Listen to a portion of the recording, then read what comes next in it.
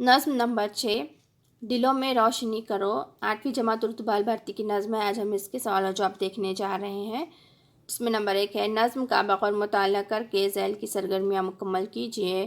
جان پہچان کی مدد سے نظم دلوں میں روشنی کرو کے شاعر کا شبکی خاکہ مکمل کیجیے۔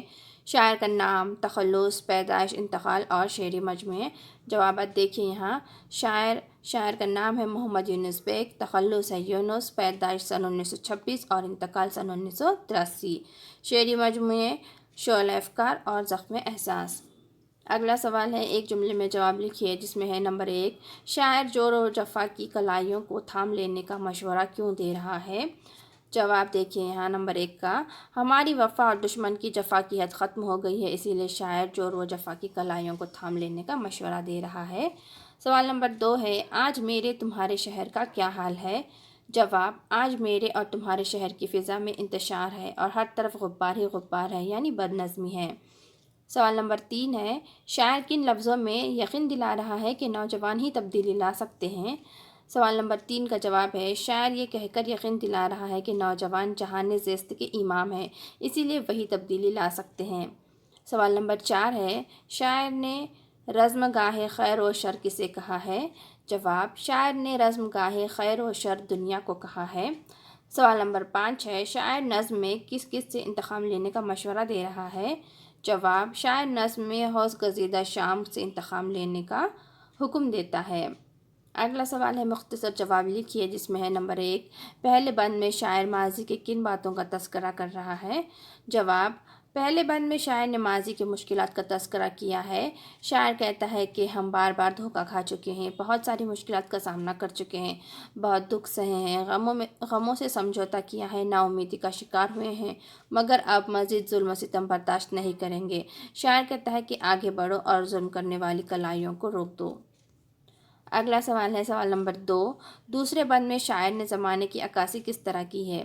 جواب، دوسرے بند میں شاعر زمانے کی عکاسی کرتے ہوئے کہتا ہے کہ آج دنیا میں شہر شہر، دریا دریا بد نظمی پھیلی ہوئی ہے، ظلم و ستم کا گرد و غبار اس طرح چھایا ہوا ہے کہ راستہ دکھائی نہیں دے رہا، ہمارے پاؤں تھک گئے ہیں، ہمارے دل اداس ہیں اور ہماری نگاہوں میں مایوسی ہے۔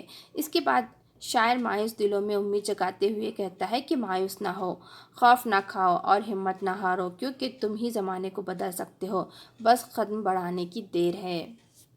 اگلا سوال ہے، سوال نمبر 3، تیسرے بند میں شاعر کن الفاظ میں حوصلہ افزائی کر رہے ہیں؟ جواب، تیسرے بند میں شاعر حوصلہ افزائی کرتے ہوئے کہتا ہے کہ وہ لوگ جو ضمیر فروش ہیں، جنہوں نے ظلم سے ہاتھ ملا لیا ہے، ان سے کچھ امیدیں وابستہ نہ رکھو، ان سے راہ و رسم رکھنا مناسب نہیں، ہماری ٹھوکروں میں تخت و تاج ہے، ہمیں اپنے دلوں میں حوصلوں کی روشنی پیدا کر کے خود آگے بڑھنا ہوگا، اگر ہم اٹھ کھڑے ہوں تو پھر دنیا کے نظام کو بدل ڈالنا بہت آسان ہوگا۔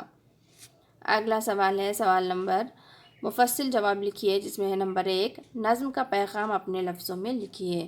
تو جواب دیکھیے، نظم دلوں میں روشنی کرو میں شاعر کہتا ہے کہ ہم بار بار فریب کا شکار ہوئے ہیں، بہت صعوبتیں برداشت کر چکے ہیں، غموں سے سمجھوتہ کیا ہے، نا امیدی کا شکار ہو چکے ہیں، مگر اب اس سلسلے کو بند کرنا ہوگا، اٹھ کھڑا ہونا ہوگا، ظالموں کی کلائیوں کو مروڑنا ہوگا۔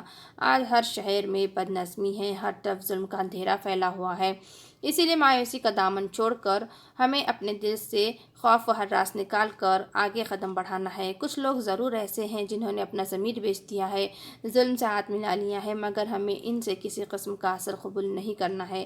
اگر ہم اٹھ کھڑے ہوں تو تخت و تاج کو ٹھوکروں سے اڑا سکتے ہیں، اٹھو، قدم بڑھاؤ، دنیا کے نظام کو بدل ڈالو، جیت ہماری ہوگی۔ اگلا سوال ہے، یقین کرو کہ تم جہان زیست کے امام ہو، اس مصرعے کی وضاحت کیجیے۔ جواب، شاعر کہتا ہے کہ دنیا میں انتشار اور بد نظمی ہے، زندگی بھٹک رہی ہے، اس کے باوجود ہمیں اندھیروں کو دور کرنا ہے، زمانہ تم سے امیدیں لگائے بیٹھا ہے، زندہ دلوں کی دنیا کے قائد تم ہو، قدم بڑھاؤ اور دنیا کے نظام کو بدل ڈالو۔ اگلا سوال ہے، نظم کے آخری بند میں شاعر نے جو نصیحت کی ہے، اسے اپنے لفظوں میں بیان کیجیے۔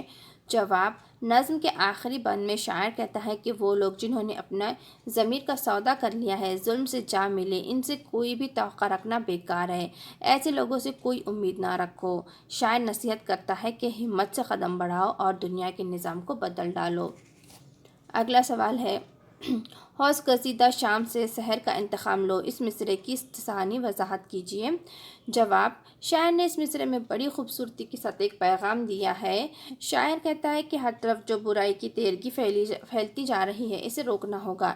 اے نوجوانوں، اٹھو اور اسے روک دو۔ حوض قصیدہ شام سے مراد برائی ہے۔